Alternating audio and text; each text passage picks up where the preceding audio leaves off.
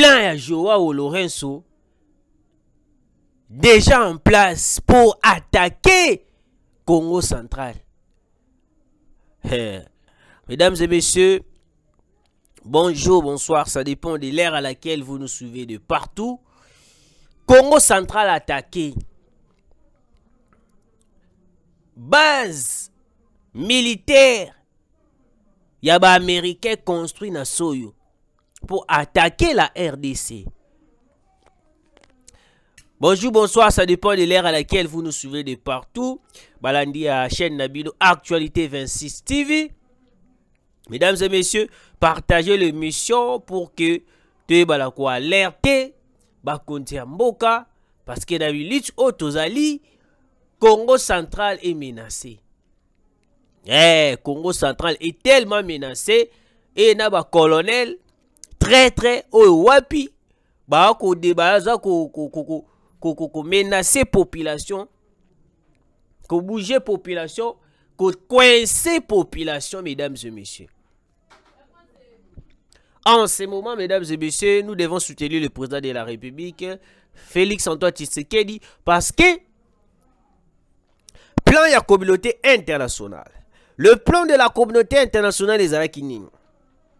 La communauté internationale a tout cherché pour déstabiliser la République démocratique du Congo.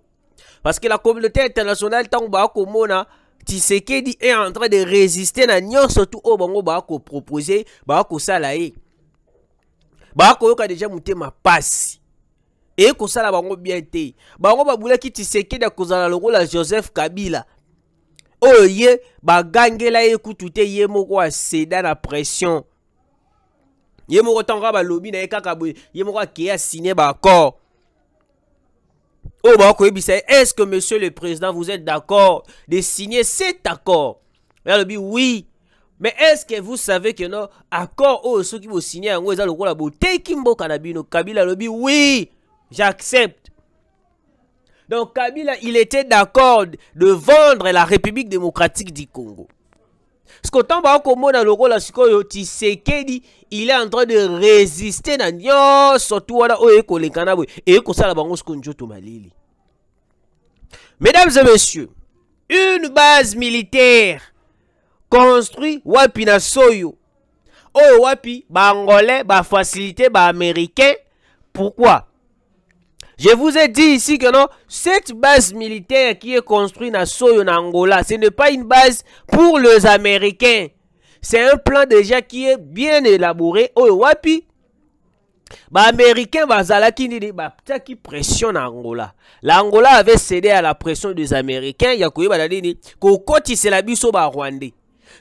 Maintenant, en ce moment, il y a des stratégies. Oh wapi, les Américains sont en train de créer pour distraire la population, distraire le monde. Cette base militaire, ils ont construit déjà la Soyo. Cette base militaire et américain, ce sont des Rwandais qui siègent pour attaquer Congo central, attaquer la RDC. Parce que pour la Bango, non, RDC, surtout côté Congo central, moi qui dis trop, qu'est-ce que nous devons faire? Nous devons entrer à partir du Congo central. Parce qu'à partir du Congo central, tu as une facilité, il y a là, ce sont de rebelles M23. Oh, on a planifié déjà un plan la bango, déjà en entrant vers Congo central. Mesdames et messieurs, je vous informe. On vient de m'envoyer ici des vidéos au Wapi. On a arrêté plusieurs Rwandais. Plusieurs Rwandais Wapi na Mbanzangungu. Et puis bazongi selibiso yususu message o ezalaki ya makambo ya wapi ya Matadi na ba base militaire. Balobi en ce moment sikoyo ba Rwandais siko ebele ba koti la ba base militaire o ezali na Matadi.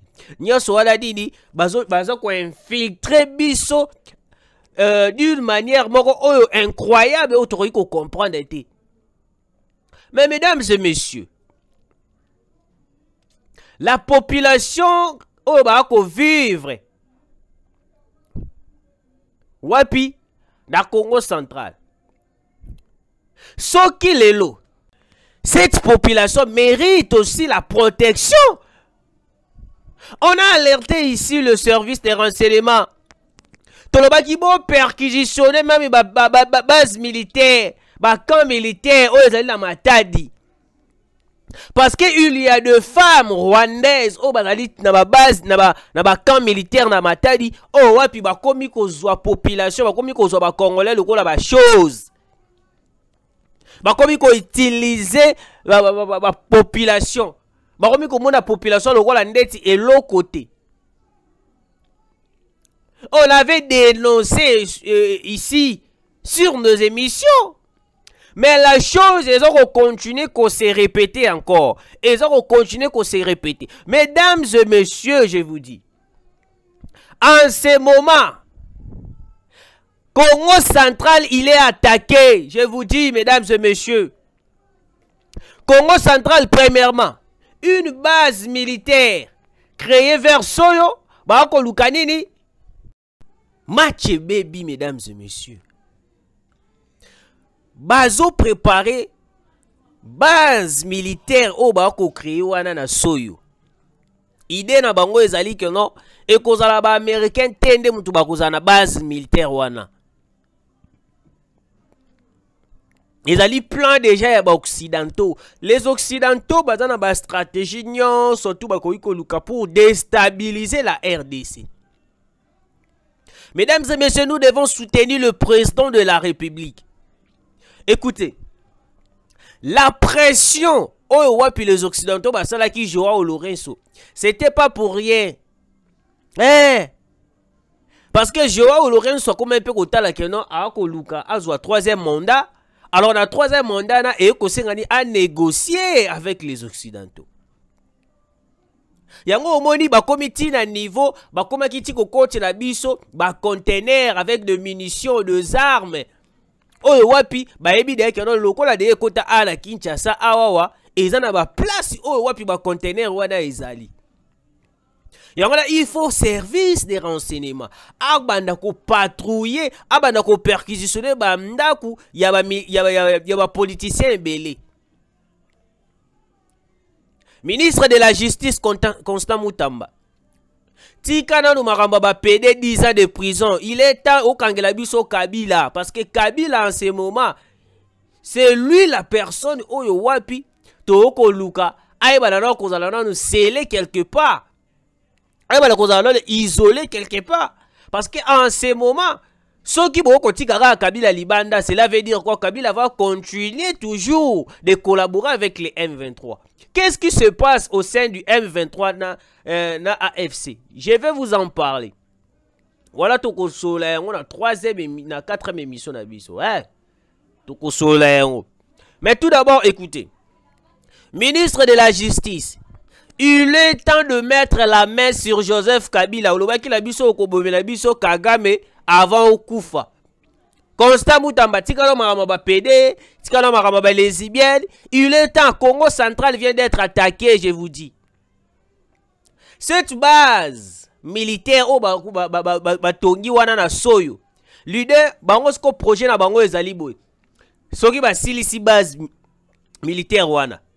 Ba installer ba Rwandais, ba installer ba rebelle ni surtout wana na base militaire wana. Ils vont commencer à attaquer Congo central. Parce que déjà en ce moment, ils ont commencé à attaquer le Congo central à travers l'Ipamboli, il y a Joao Lorenzo. Parce que Joao Lorenzo avait cédé à la pression des Américains. Yango woni même voir si c'est que dit azali sous na confiance ya batwana li sous te wapi ba ko bazali ko entourer biso ozi Angola ozi Brazza ozi Uganda. Dernièrement un rapport ya oni euchiko bima balobi ke non Uganda peut en faire partie. Ce n'est pas pour rien tant to yaka na ba itando ikena bino kuganga koloba ke non Uganda ce n'est pas pour rien mesdames et messieurs. Ce n'est pas pour rien. Même l'Ouganda aussi en fait partie na bateau. Oh, peut ko déstabiliser les Congo. Ouganda, un pays traître. Toka mwaka kutu commence que ndengeni tolali tolamuki be toke signer accord militaire avec Ouganda.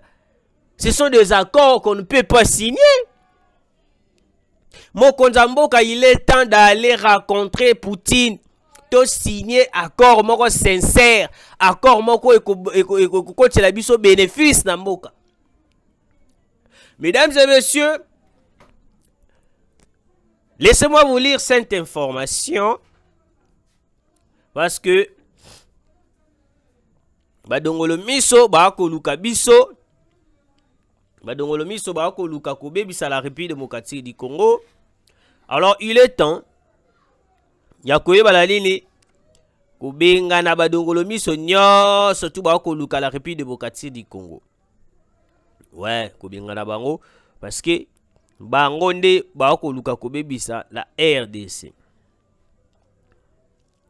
Tout d'abord, tozo dénoncer une fois de plus na oyo to dénoncer qui na émission oyo tukoleka. À part d'abord l'attaque au Bazako attaqué Bisso na Congo central. Il y a un colonel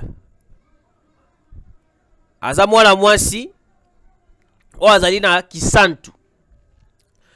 Au lieu de mettre l'ordre na Congo central, précisément na Kisantu, ye Azaliwana pour na commettre désordre na Congo central. Il est là en train d'arrêter la population arbitrairement. Kokanga ba église, alingi batuba sambela te, nyaso wana nini o nanda kuna ina balambi te, faut ba pesa ka ba mbongo, faut ba sala kabwe, faut ba sala kabwe, faut ba sala kabwe. Mesdames et messieurs, en ces moments, on a besoin de personnes, ou soit de militaires, au bas pour soutenir le président de la République. Non de personnes oyo wapi baye na etandoike to baye pour déstabiliser to pour na kobebisa image ya mokonzi ya mboka. Parce que le président de la République a besoin de gens oyo wapi baza ko protéger ye, baza ko landa makambo oye alobi, non de gens oyo wapi ba ko luka ko sala le contraire na oyo nyoso tu oye akoloba. Il faut bon interpeller le colonel en question au Azali na Kisantu Azali mwana mwasi. Atako kanga population arbitrairement, des arrestations arbitraires. Et ko sala mana Kisantu par un colonel au Azali mwana mwasi. Monsieur le président de la République, il faut bon lukabo kende jusqu'à la fin. Batale la biso likambo oyoyo. Un colonel moko azana Kisantu, il est là en train d'arrêter des gens arbitrairement pour na yeni ni lokola ndaku na eliete, il faut population va kangisela ga mbongo ba pesa ga mbongo. Il est hors de question. Alors mesdames et messieurs, nous continuons. Plan oyo Joao Lorenzo va préparer avec les occidentaux et Paul Kagame. Mesdames et messieurs, je vous ai toujours dit ici, le président de la République, malgré tout, il est mieux informé que nous, mais ils ont babilo comme sous les caca au fait fond. Et c'est ngara bisoto yato ganga pour mokonzamboka comprendre que non kuna ça ne va pas. Neti makambo oyo ezo le kasiko na Congo central. Plan au Joao Lorenzo va préparer avec les occidentaux, ba Joe Biden va préparer bango surtout. Et zalis qu'on a minute il faut une attaque très profonde, très fort au wapi et qu'on déstabiliser même le président de la République. Parce que ceux qui vont remarquer bien, pourquoi les Américains ont choisi d'attaquer le Congo central? Pourquoi Paul Kagame a choisi d'attaquer le Congo central? Je vais vous expliquer. Tout d'abord, il faut comprendre une chose. Christian Malanga Moto oya mekaki koya kosala coup d'état raté awawa. Certains de ces hommes ba sanya wana misusu ba tikalaka wapi na Congo central. Ba investigation kutuna no esilité. Parce que ba tindela kibiso ba information que non, il y a des résidences moko ezali na ba Congo central wana oyo wapi batu ya Christian Malanga ba siégeaka oyo jusqu'à preuve du contraire ba munitions na ba armes ezali siégé kuna ezali caché kuna. Siko vu que Kagame c'était lui l'auteur, yende mutu a planifié ki nyonso tuwana parce que na minute soki kaka coup d'état nezalaki une réussite bonga bomona Kagame alingaka beta maboko alingaka ya la Kinshasa ote aye awawa na dei ya mokonjo uti kokufa. Parce que le plan de la communauté internationale, le plan des occidentaux, ezalika ki no bayo kaka Tshisekedi akufi, bayo kaka Tshisekedi boye, bayo kaka boye, bayo kaka boye. Pona bango ne plan na bango o bango bako préparer ya wana. Parce que tant ba monaka plan ne rataki. Certains d'entre eux ba sanya misusu batikala ki na ba Congo central, bazalaki en débandant, je vous dis. Parce que ba moni Congo central et comme ici au siège, comme ça yango lokola Goma et comme agalote Congo central peut ba attaquer yango, ba rebelle bazu ba kangi yango, ba rebelle bazu ba salibwe. Non, mesdames et messieurs. Non, je vous dis mesdames et messieurs. Hors de question, ya kotika mongona aiba na kokote la biso na Congo central pour que ba na ko déstabiliser biso davantage. Parce que plan ya M23, plan ya ba Rwandais, ezalaki nini ba koti Goma, ba encercler Goma, donc ba ko encercler Goma pa ba kangi Goma entier pour que et pousser Tshisekedi à kende ko négocier avec le M23. Chose irréalisable. Oh ba tikala jamais komona yango et c'est réalisé. Parce que Kagame n'a pensé naï, malgré tous les Américains, les États-Unis, la France, bah cause de décision ya koloba na Paul Kagame alongola ba homme na sur terrain, bande konangai ezali ba comédie o banga ba mema biso. Ce sont des comédies, je vous dis. Parce que bango moko bazali conscient que Paul Kagame n'acceptera jamais. Paul Kagame a ko se soumettre jamais na décision ya ba occidentaux, ya kolongola ba homme na sur terrain, po yeba na kolongola bango zongo sa bango na Kigali. Jamais. Et là, quand vous avez ça dernièrement à la semaine passée, Parlement rwandaise, on va voter qui loi moko pour soutenir les rebelles M23 et puis pour toute la population rwandaise, il faut pas comment soutenir les rebelles du M23. Parce que là, quand le Rwanda a eu décision, il y a qu'à faire voter en na Parlement na bango. Parce que Joe Biden, la personne qui finance les M23, qui finance Paul Kagame. Mais ce qui tobandi ko dénoncer a tobandi ko loba okumona Joe Biden batindeli biso ambassadrice na bango ayi ote biso to ko soutenir le Rwanda te biso to ko sala boete to ko sala boete. Si réellement les États-Unis ne sont pas impliqués dans tout ce qui se fait à l'est du Congo, pourquoi créer une base militaire na Soyo? Parce que bah nungu ya base militaire ya Soyo wana ezali pour attaquer Congo central. Oui, pour attaquer Congo central. Les attaques ont déjà commencé. Dans leur souci ezali nini ba kangape lisusu nini Congo central. Parce que oyo ezo le kanabunagana en ce moment masasi ezo le kanabunagana en ce moment mbilinga sko ezana bunagana. Sko baboni ka balobi non. Malgré tout, tokanga bunagana. Malgré tout, to maîtriser bunagana momentanément. Il faut aussi to lukapeli sous place moko sous to kokanga. Mesdames et messieurs, Congo central, nous devons se lever. Il ne faut pas to tika kaka boye ba dongolo miso ba na kokota ba na ko manipuler biso. Non, messieurs dames.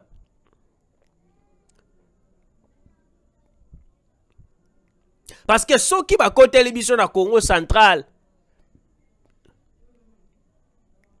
et Coco m'appelle sous difficile pour na biso li sous pour te ba ko déloger parce que baza déjà na est bazo linga sko nini ba en secret li sous Congo central.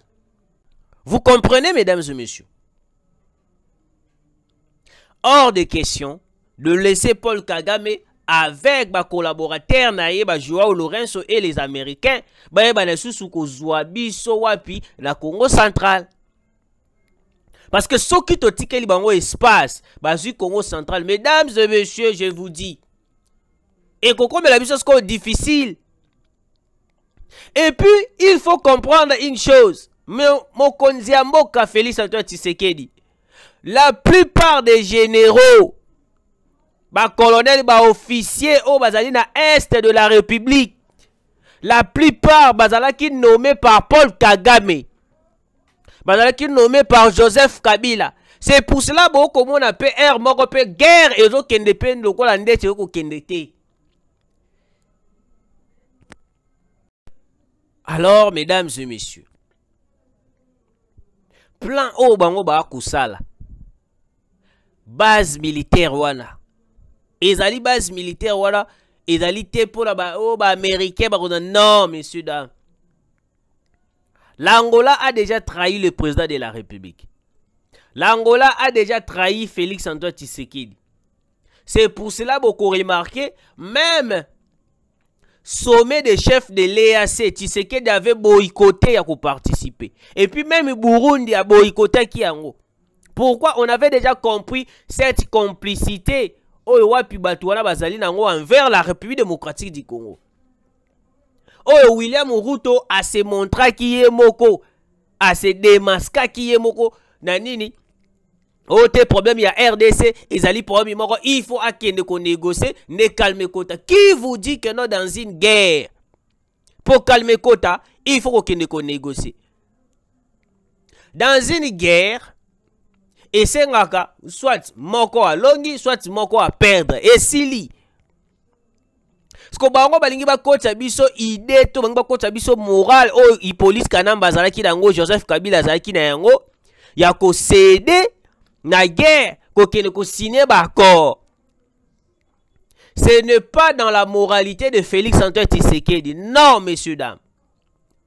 Et zali kutu na pensé kutu te ya Tshisekedi que non a kene ko négocier. Tshisekedi reste ferme sur ses décisions. Nde yango boko mona Paul Kagame tellement coincé, les M23 pekuna mame komi kokota. Congo central, je vous dis mesdames et messieurs, il y a de fortes tensions à Congo central. Oh komi koleka kuna, on vient de nous signaler oh wapi batine biso na ba vidéo, moi to poster ba vidéo des athées parce que boyebi YouTube ndenga zalaka. Eh.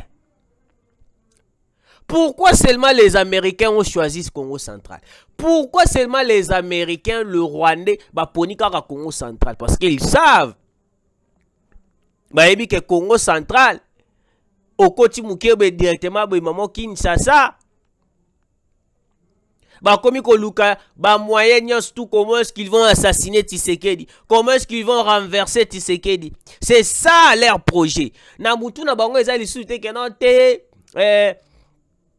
cette fois-ci, Tosukaka kuna na Goma, non. Ils ont tout fait pour infiltrer même la population. Yango moni même ba masolo mususu to ko beta parmi ndenge tozali biso la biso. Il faut que to sala attention mesdames et messieurs.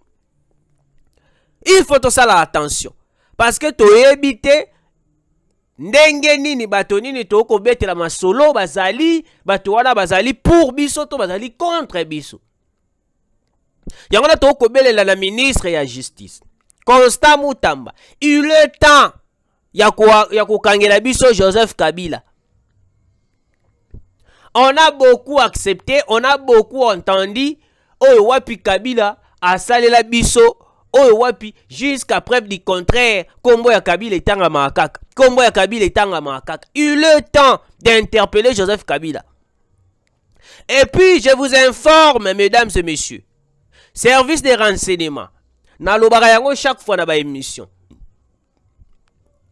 Il faut perquisitionner la maison de Joseph Kabila à 15 km de Butembo na Musienene. Na Musienene à 15 km de Butembo. Babinda kuna kuna eza lokola inachevé, ba faux mouvement moko komi koleka kuna.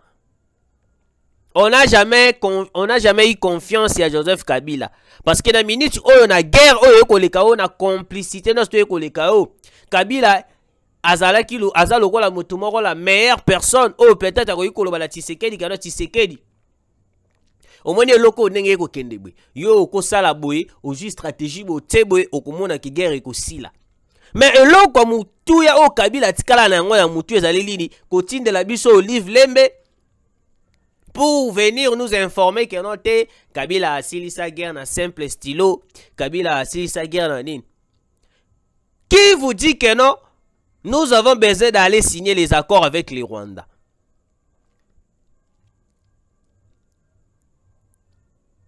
Oyo Kabila en plein air a kosola la population.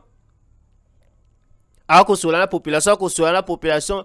Population bis encore. La compréhension à Kabila. Kabila a lobby. Écoutez, babiche koya lobby. Kabila a lobby le comment intéressé population congolaise. Population congolaise a lobby na Kabila bis encore. Kabila a lobby. Écoutez, babiche koya lobby. Même Lingala, Kabila balakisa yango na République démocratique du Congo.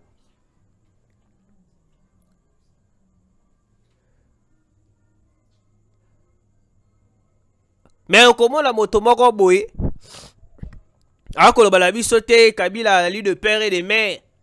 Kabila a si sa guerre pendant régime à Kabila nyonso ezalaki malamu. Natango a Kabila makambo ezalaki kitoko.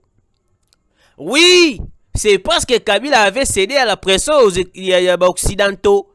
Il avait accepté les conditions des occidentaux.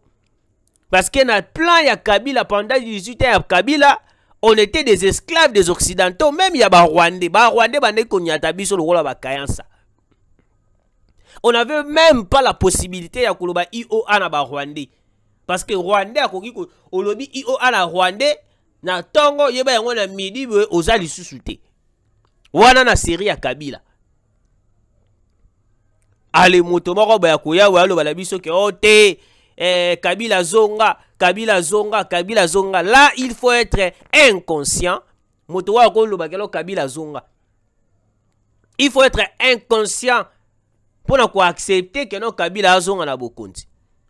Même à tête olali oloti que non Kabila zongi na bokonzi. Surtout ka ndeko na ngai. Surtout ka il est impossible pour que Kabila puisse retourner au pouvoir. À moins que Baïba n'a pas la coup d'état contre Tshisekedi. Je vous dis. À moins que Baïba n'a pas la coup d'état contre Tshisekedi. Il est impossible en ce moment. Il a déjà fait ses 2 mandats. Déjà, c'est fini. C'est fini pour Kabila. Il a déjà fait ses 2 mandats. Ni les sous pour Kabila. Souci na bango ezali nini baeba na kaka kokwesa kaka le FRDC. Hier je vous ai fait une émission pour vous informer ndenge nini Bunagana en ce moment Bunagana mame za na Bunagana je vous dis mame za na Bunagana mesdames et messieurs. Et puis je vais vous expliquer dans le 2e numéro qui arrive ndenge nini confusion, division et comme kokota au sein du M23, Corneille Nanga, Bertrand Bisimwa, Sultan Makenga. Tout d'abord, Totikala Ao. Mame, neveu, il y a James Kabarebe. Il a été il vient de tomber à l'est de la République. Parce que nini siko et sali siko que non, mame kota sko na Kigali. Écoutez. Neve ya James Kabarebe o akufi na est de la République démocratique du Congo. Tant James Kabarebe a apprendre, tant James Kabarebe ayoki yango, ne place wapi James Kabarebe.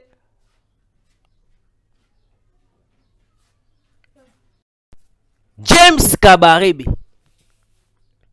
Neve ya James Kabarebe, ya Kabarebe plutôt, excusez-moi. Il vient de tomber à l'est du Congo. Mauvaise nouvelle pour Kigali. Ba décision siko ba vandi réunion ba lobi non, cette fois-ci il faut tout ça la nini. Kagame a eu décision et puis ba généraux naé bazui décision bakomi koluka nini oh faut basala pour que ba faire ça lino Goma entier parce que jusqu'à présent depuis bakota na est de la République bakoka kozwa Goma mobimba te. Batu musu batindeli nga balobi ndeko na ngai mendenge nini ndeko Rabi ndeko nani mendenge nini sikoyo Bunagana 2 ans yango depuis bazwa Bunagana. Mesdames et messieurs, guerre eza ya mandoki ezali guerre ya maloba te. Évitez de pleurnicher surtout makambo ya Bunagana. Bunagana en ce moment, ça c'est kobeta na Bunagana. Hier, je vous ai fait une émission na expliqué qui bino ndenge ni situation oyo koleka na Bunagana. Mauvaise nouvelle. Et kobeta makaka Bunagana.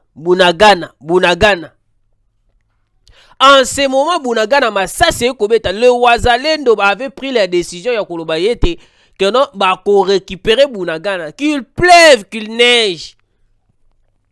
On va récupérer Bunagana. Na minute oyoyo, nous sommes encerclés. Et puis, il y a des renforts des Occidentaux auprès de Kagame, auprès de M23. Malgré tout, bazui ba décision ya koloba kete Kagame bimisa ba élément na ye boyeboy nasuka baye ba gafé. Nasuka baye ba nini ba gafé. Je vous dis baye ba gafé. Bagafé la nini. Ils ont dit ils ont dit quoi? RDC atika peu soutien na ba FDLR. Mesdames et messieurs, pourquoi jusqu'à preuve du contraire les occidentaux ba télémaraka koloba na biso makamba ba FDLR, makamba ba FDLR, makamba ba FDLR? C'est parce que ba yebi déjà que non, ceux qui va continuer to balingi ba pousser biso na eloko boko boye. Mesdames et messieurs, tozo risquer to bombarder même Kigali. Yango omoni balingaka pe baluka bakanga biso na eloko moko boye. Eloko ngo ezali nini ba FDLR. Ba FDLR.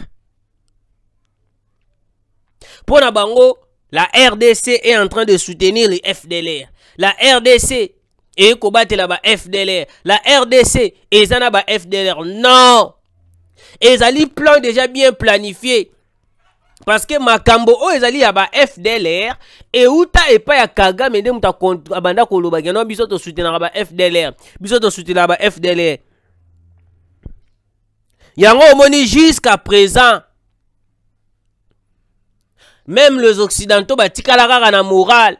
Bakoma ko accompagner mutu na bango nini keno te biso to za ba FDLR. Biso to za ba FDLR. Biso to za ba FDLR. Alors que c'est faux. On n'a pas de FDLR, on ne soutient pas les FDLR. Mesdames et messieurs, Bunagana en ce moment, mbilingeza na Bunagana. Mais ça c'est kobeta na Bunagana. James Kabarebe vient de perdre son neveu na est de la République na bitumba oto kobunda. Affrontement grave na Bunagana. Tukuya, tukulakisa bino. Et puis tu informer bino entier nyon surtout ya information oyoyo to lobeli makambu ya base militaire o ba ko sala wapi ba ko sala na soyo par les Américains. Vous voyez comment est-ce que les Américains aujourd'hui ba sawana pona koyeba na nini kotala mingi ba intérêt ya batu o ba ko luka biso mabe ke ba intérêt na biso batu o ba ko benga ba partenaires privilégiés. Les Américains ce sont des hypocrites, mesdames et messieurs.